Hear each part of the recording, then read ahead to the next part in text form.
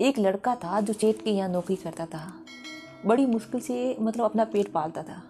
उसको इतनी वेतन मिलती थी कि वो अपना घर का खर्चा बड़ी मुश्किल से करता, मतलब गुजारा कर रहा था एक तरह से अपनी लाइफ का। वो रोज़ शाम को सुबह जाता, शाम को थका हुआ घर आता, अपने लिए 3 से 4 चपाती बनाता और खाना खाता, सो जाता। लेकिन 3-4 दिन से उसके घर में रोज़ वो चपाती बना के 4 रखता और थोड़ी देर काम करता, तो उसमें से एक चपाती गायब। 3-4 दिन होगा ये सिलसिला चल रहा था। उसने लगा कि भाई एक तो मेरी हालत ऐसी, क्योंकि एक तो मेरे पास प्रॉब्लम है कि मेरे पास पैसे नहीं है, सेठ के यहाँ नौकरी करता, वहाँ भी सैलरी कम मिल रही है, और ऊपर से ये कौन लेके जाता मेरी रोटी।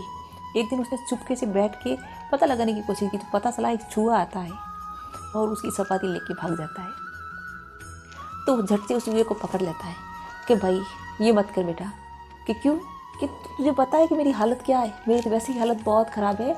मेरा सेठ है वो मुझे टाइम पे पैसे ही नहीं देता, बड़ी मुश्किल से मैं वहाँ नौकरी करके जो भी थोड़े बहुत पैसे मिलते हैं अपने लिए खाना वाना बना के अपनी ज़िंदगी काट रहा हूँ। और तू है जो मेरी उसमें से जो 3-4 चपाती बनाता हूँ उसमें से भी तू एक चपाती गायब कर देता है, फिर मैं तो भूखा रहता हूँ ना। तो उस चूहे ने बोला नहीं भाई, ये तो मेरी किस्मत की है, मैं तो अपने हिस्से की खाता हूँ, ठीक है मैं तो रोटी खाऊँगा। तो वो लड़का बोलता है तो मेरा क्या होगा?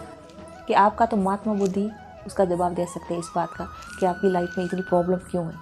चूहे की बात सुन के वो लड़का वहाँ से निकल गया महात्मा बुद्धि मिलने के लिए, ठीक है। रास्ते में जा रहा था, रात हो गई। तो उसने सोचा कहीं रुक जाता हूँ। दूर देखा तो एक हवेली नज़र आई उसे, तो वो वहाँ पर गया और आवाज़ दी कि घर पे कोई है। तो वहाँ पर घर पे उसकी मालकिन आती है, दरवाज़ा खोलती है। तो वो पूछता है कि मैं ना कहीं जा रहा हूँ महात्मा बुद्ध से मिलने के लिए, मुझे रात होगी, आज यहाँ रुक सकता हूँ कि विश्राम कर सकता हूँ? तो हवेली की मालकिन ने बोला हाँ रुक सकते हो, आ जाओ। तो खाना वाना खाया, खाना वाना खाते हुए तो बात हुई कि आप महात्मा बुद्ध से मिलने क्यों जा रहे हो? बोला कि मेरी लाइफ बहुत ख़राब है, मेरी हालत इतनी ख़राब है, मेरी किस्मत इतनी ख़राब है। मैं महात्मा बुद्ध से पूछूंगा कि मेरी हालत ऐसी क्यों है, क्यों मेरी गरीबी है, मैं जितना कर रहा हूँ गुजरा होता है, खुद का ही पेट नहीं पाल रहा हूँ। तो बोला कि आप सच में जा रहे हो ना, तो एक सवाल मेरा पूछोगे, बुरा नहीं मानो तो उस लड़के ने बोला मैं तो वैसे ही जा रहा हूँ, आप बता दो, आपका भी सवाल पूछ लूँगा महात्मा बुद्ध से। तो उसने बोला मेरी बेटी है, 20 साल की हो गई है, 20 साल हो गई, वो कभी नहीं बोली, नहीं तो उसकी शादी हो रही है, उसको लेके मैं बहुत उदास हूँ, हमेशा टेंशन में रहती हूँ।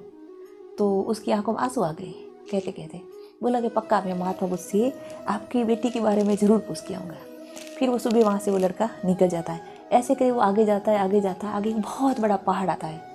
ऊपर चढ़ नहीं पा रहा था तो नीचे देखा एक जादूगर वहाँ पर खड़ा मिलता है, ठीक है। तो उसके पास बोला कि जादूगर जी आप ऐसा करो ना, आपके तो पास जादू की छड़ी है, आप मुझे पहाड़ है ना, ये पहाड़ क्यों नहीं करवा देते? बोला आप कहाँ जा रहे हो? तो बोला कि महात्मा बुद्ध से मिलने जा रहा हूँ, मेरी लाइफ में कुछ प्रॉब्लम है, तो उसके ही सवालों के जवाब लेने जा रहा हूँ महात्मा बुद्ध से मिलने के लिए। तो बोला एक मेरा भी सवाल पूछोगे, फिर मैं आपको उस पहाड़ पे मतलब पहाड़ पार करा दूँगा, पहाड़ की चोटी है ना वो पार करा दूँगा कि मैं। तो फिर उस लड़के ने बोला पूछो आपका क्या सवाल है? बोला मैं 1000 साल से यहाँ तपस्या कर रहा हूँ स्वर्ग जाने के लिए, ताकि मुझे है ना मुक्ति मिल जाए और मैं स्वर्ग चला जाऊँ, और मुझे अभी तक है ना वो स्वर्ग नसीब नहीं हुआ। तो महात्मा बुद्ध से ये पक्का पूछ के आना कि ठीक है मैं पूछ के आ जाऊँ, वैसे ही तो मैं जा रहा हूँ और पूछ के आ जाऊँगा। फिर वो जादू की छड़ी घुमाता है जादूगर और उसको पहाड़ पार करवा देता है। अभी उसकी मुश्किलें और कम नहीं हुई, आगे जाता है एक बहुत बड़ी नदी आती है, वहाँ पर जाता है, देखता है कैसे नदी पार कैसे करो। तो उसकी नज़र पड़ती है कछुए पे। कछुआ वहाँ पर नदी में बैठा था कछुआ। कछुए के पास जाता है कि कछुए बोलता है कि आप मुझे ये नदी पार करा सकते हो कि मुझे महात्मा बुद्ध से मिलने के लिए जाना है। तो कछुआ बोलता है ठीक है पार करा देता हूँ, कि मेरे क्या है, आप मेरे पीठ पे बैठ जाओ, मैं नदी पार करा देता हूँ। ऐसे करके दोनों कछुए के पीठ बैठ के वो जा रहा था। बीच में बात कि आप जहाँ कहाँ आ रहे हो, महात्मा बुद्ध से मिलने क्यों जा रहे हो? बोला आपने कि मेरे कुछ सवाल है जो पूछने जा रहा हूँ, मेरी लाइफ बहुत प्रॉब्लम बड़ी है। तो वो कछुआ बोलता है कि आप एक काम करोगे कि क्या, एक मेरा सवाल भी पूछ लोगे? आप तो जा रहे हो कि हाँ मैं पूछ लूँगा, वैसे ही जा रहा हूँ।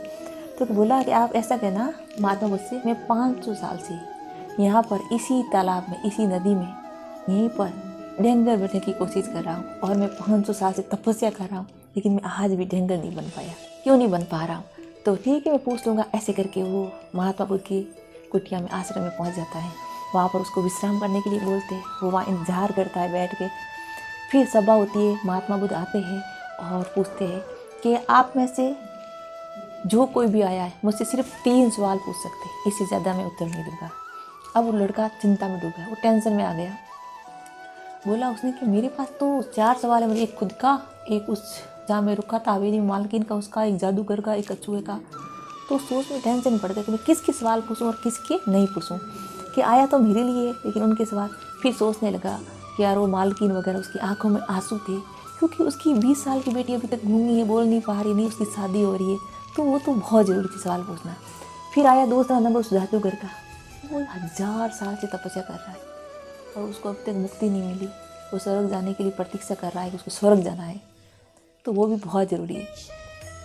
फिर आई उसकी याद कछुए की कि कछुआ 500 साल से ढेंगल बनने की तपस्या कर रहा है दिन रात, तो वो भी बहुत ज़रूरी है।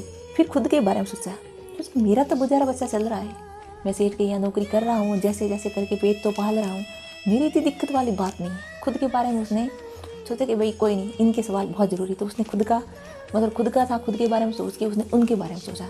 तो फिर उसने पहला सवाल पूछा कि है ना, मैं जहाँ से आया था वहाँ एक मालकिन है, रहती है हवेली में, उसकी 20 साल की बेटी है, अभी तक बोल नहीं पा रही है, गूंगी है, उसकी कहीं शादी नहीं हो रही है। तो महात्मा बुद्ध ने बोला कि आप है ना, उस मालकिन ने बोलना कि उसकी है ना शादी करा दो, जैसे ही उसकी शादी हो जाएगी वो लड़की बोलने लग जाएगी। ठीक है। फिर आई बात के दूसरा सवाल। तो दूसरा सवाल आया जादूगर का, तो क्या ना, जादूगर 1000 साल से तपस्या कर रहा है लेकिन अभी तक है ना उसको है ना स्वर्ग नहीं मिला, उसको मुक्ति नहीं मिली। तो महात्मा बुद्ध ने बोला उस जादूगर को बोलना कि वो अपनी छड़ी का त्याग कर दे, जिस दिन वो जादू की छड़ी का त्याग कर देगा उसको स्वर्ग मिल जाएगा और मुक्ति मिल जाएगी। ठीक है। फिर सवाल आया कछुए का, बोला कि वो है ना वहाँ पर कम से कम 500 साल से तपस्या कर रहा है डेंगल बनने की, लेकिन वो अभी तक डेंगल नहीं बना है। तो महात्मा बुद्ध ने बोला कछुए से बोलना कि अपनी जो वो